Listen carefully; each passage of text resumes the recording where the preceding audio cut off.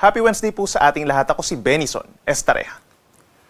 Patuloy pa rin po ang epekto ng tatlong iba't ibang weather systems sa ating bansa. Una na po dyan sa may extreme northern Luzon, andyan yung northeasterly wind flow o yung hangin po galing sa may hilagang silangan na siya nagdadala ng mga pulupulong may hinang pag-ulan dito sa may Batanes, Babuyan Islands at mga probinsya ng Ilocos Norte and Apayao. Dito naman sa silangang parte po ng Luzon, andyan pa rin yung shear line o yung linya kung saan nagtatagpo po yung northeasterly wind flow at yung easterlies. Pag pinagsama po natin yung malamig na hangin at mainit na hangin, nagre-resulta ito sa pamumuo ng mga kaulapan. At itong mga ulap na to nagdadala pa rin po ng mga light to moderate rains at mga isolated thunderstorms. So itong shear line na nagbabalik po sa ating bansa, magdadala overnight ng mga pag-ulan sa may mainland Cagayan, Isabela, down to Quirino, as well as most of Central Luzon, Metro Manila, Rizal at dito rin po sa may Quezon Province, overnight po yan. Samantala sa ibabang bahagi ng ating bansa, andyan yung ITCZ or Intertropical Convergence Zone. Ito po yung linya naman, yung mas makapal na linya kung saan nagtatagpo yung hangin from the northern and southern hemispheres. From the word itself, convergence, pagsasalubong ng hangin within the tropical region po. No? So asahan pa rin na maulap na kalangitan for most of the day overnight sa ating mga kababayan po dyan sa Visayas, Mindanao and Palawan. Sasamahan pa rin yan ng kalat-kalat ng mga pag-ulan and mga thunderstorms. Hindi siya tuloy-tuloy pero minsan malalakas po yan. At nagkakos pa rin ng mga flash floods or landslides. Samantala, meron pa rin tayong minomonitor na bagyo sa labas ng Philippine Area of Responsibility.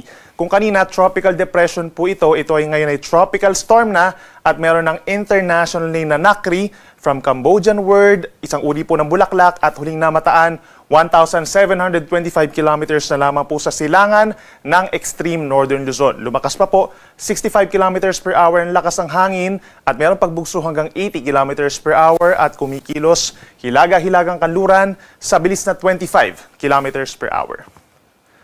Base po sa pinakahuling track or pinakaunang track ng Pag-asa regarding dito kay bagyong Nakri, ay posibleng pumasok na po ng ating area of responsibility itong bagyo. Pagsapit po yan bukas ng hapon or gabi. At sakasakaling papasok po ito, bibigyan ito ng pangalan na Kidan or yung magiging pang 17th na bagyo for this year at pangalawa for the month of October. Basta rin sa ating latest track, kikilos ito generally northwestward. So pagpasok niya bukas ng hapon or gabi, pagsapit ng madaling araw ng Friday, lalabas din po ito agad. Papunta po dito sa mga southern islands of Japan. So in less than 12 hours, posibleng manatili itong si bagyong papangalanan natin Kitan sa loob ng ating area of responsibility. At dahil malayo siya sa ating kalupaan, walang inaasahang direktang epekto, walang landfall, walang effect sa hangin, sa ulan, or maging sa mga pag-alon. Kaya magandang balita sa ating mga kababayan po ito. No? At throughout its passage, tropical storm, hindi naman inaasahan pa sa ngayon na magiging isang malakas pa or malaking bagyo, kagaya po ng typhoon or super typhoon.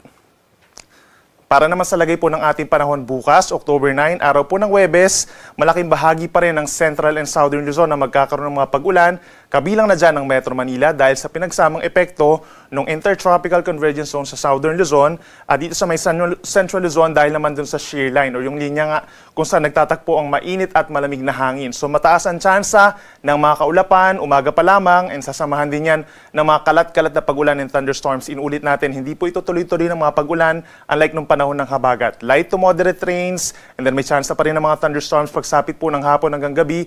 Ugaliin pa rin po ang magdala ng payong po kahit natapos na yung panahon ng habagat dahil mataas pa rin ang tsansa ng ulan at mga thunderstorms.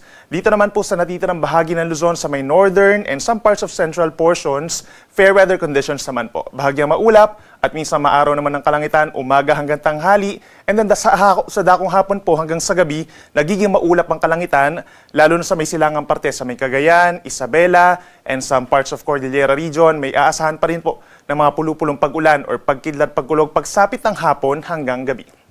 Temperatura natin sa Metro Manila, 25 to 31 degrees Celsius by tomorrow, habang sa Baguio City naman, 18 to 23 degrees Celsius. Sa ating mga kababayan po sa Palawan at malaking bahagi ng Visayas, magbaon pa rin ng payong or kapote kung lalabas ng bahay dahil aasahan pa rin po ang mga pag-ulan. Dulot po yan ng ITCZ pa rin o yung banggaan ng hangin mula sa magkabilang panig po ng mundo. Sa ating mga kababayan po na nasalanta nitong nagdaang pong lindol, asahan pa rin ng makulimlim na panahon, may chance pa rin ng mga light to moderate with at times heavy rains pagsapit po ng hapon hanggang gabi. Kahit mag-ingat na rin sa banta ng mga flash floods or landslide sa mga bulubundukin po na lugar. At pinakamatataas ang tsansa ng ulan dito sa may Western Visayas and Negros Island region. Temperatura natin sa may Puerto Princesa, 24 to 30 degrees. Sa Metro Cebu, 25 to 31 degrees Celsius by tomorrow. At sa bandang Mindanao, halos buong Mindanao po makakaranas din ng mga pag-ulan bukas. Dulot din ng ITCZ, kabilang ng Zamboanga Peninsula, Bangsamoro Region, maging dito rin sa Northern Mindanao, hanggang dun po sa may Surigao del Norte and Dinagat Islands. Makulimlim ang panahon for most of the day at aasahan pa rin yung mga kalat-kalat na mga ulan at mga thunderstorms. Again, magbaon po ng pananggalang sa ulan at mag-ingat sa banta ng mga biglaang pagbaha or pagguho ng lupa, mga pag-apaw din po ng kailugan. Dito naman sa natitirang bahagi ng Mindanao, sa may Soksadjen, kung saan nagkaroon po ng mga mudslides dito sa may parting Sarangani, other parts of Davao Region and Caraga Region, partly cloudy to cloudy skies, at mataas din po ang tsansa ng mga pulupulong ulan lamang, usually mga 1 or 2 hours lamang po ito, sometime between tanghali hanggang sa gabi. Yung temperatura natin sa may Zamboanga City bukas at sa may Davao City, posible pa rin umakyat sa hanggang 32 degrees Celsius.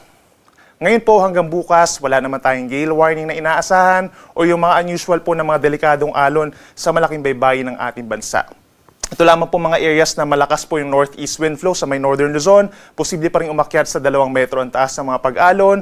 At dahil dun sa ITCZ, dito sa may southeastern Mindanao, sa may Davao Region, umaabot din ng 2 metro, lalo na kapag meron mga thunderstorms. And in some areas, in general naman po, kalahati hanggang 1.5 metro ang taas ng mga pag-alon, malayo po sa Pangpang.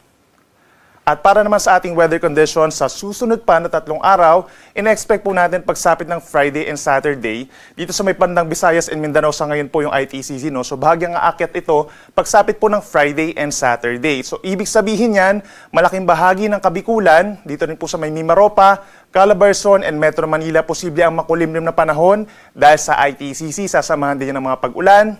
Ulit natin Friday and Saturday, kung magpapatuyo po tayo ng damit, mahihirapan tayo no, sa mga araw na yun. No? At kung lalabas man ng bahay, kung mayroong mga outdoor activities, please consider na magkakaroon po ng mga pag-uulan. Habang natitirang bahagi ng Luzon, northern and central portions, partly cloudy to cloudy skies, may chance pa rin ng pulupulong pag-ulan o pagkidlat pagkulog sa Friday and Saturday. Then pagsapit po ng Linggo, malaking bahagi ng Luzon na magkakaroon ng fair weather conditions except dito pa rin sa may Occidental Mindoro and Palawan dahil dun sa posibleng mabuo na low pressure area dun sa may West Philippine Sea pero mananatiling malayo po sa ating kalupaan. Sa ating mga kababayan po sa Visayas, yung pag-akyat ng ITCZ, magre-result pa rin po dito sa mga kaulapan sa malaking bahagi nito. Pinakang uulanin pa rin itong Panay and Negros Islands, light to moderate with at times heavy rains. Andyan yung chance ng mga heavy rainfall warnings and rainfall advisories. Mag-ingat pa rin sa banta ng mga pagbaha, pag-apaw ng mga ilog, at pagguho ng lupa. Habang pagsapit po ng Sunday, inaasahan po yung pagbuti ng panahon sa malaking bahagi ng Visayas, partly cloudy to cloudy skies at may chance na lamang ng saglit na ulan sa hapon or gabi. At sa ating mga kababayan po sa malaking bahagi ng Mindanao, kung naging maulan itong mga nagdaang araw, asahan po yung pagbuti ng panahon simula po sa Friday hanggang sa Sunday, except some areas of Zamboanga Peninsula, lalo na yung northern Zamboanga del Norte and some parts of Zamboanga City, asahan yung makulimlim na panahon. Other areas, very ideal ang pamamasyal, magandang mag-beach or mag-hike at may chance na lamang ng mga pulupulong ulan at mga thunderstorms pagsapit po ng hapon hanggang gabi. And take note, the temperatures could reach up to 34 degrees. Magiging mainit po sa tanghali sa malaking bahagi ng Mindanao. Ang ating sunset ay 5:40 p.m. mamaya at ang sunrise ay 5:47 ng umaga. Sa Manila Bay naman po, ang low tide bukas 5:35 ng umaga at around low level 4 centimeters po below sea level at ang high tide bukas 12:09 naman ng tanghali at 0.66 meter. At yan muna latest mula dito sa Weather Forecasting Center ng Pag-asa.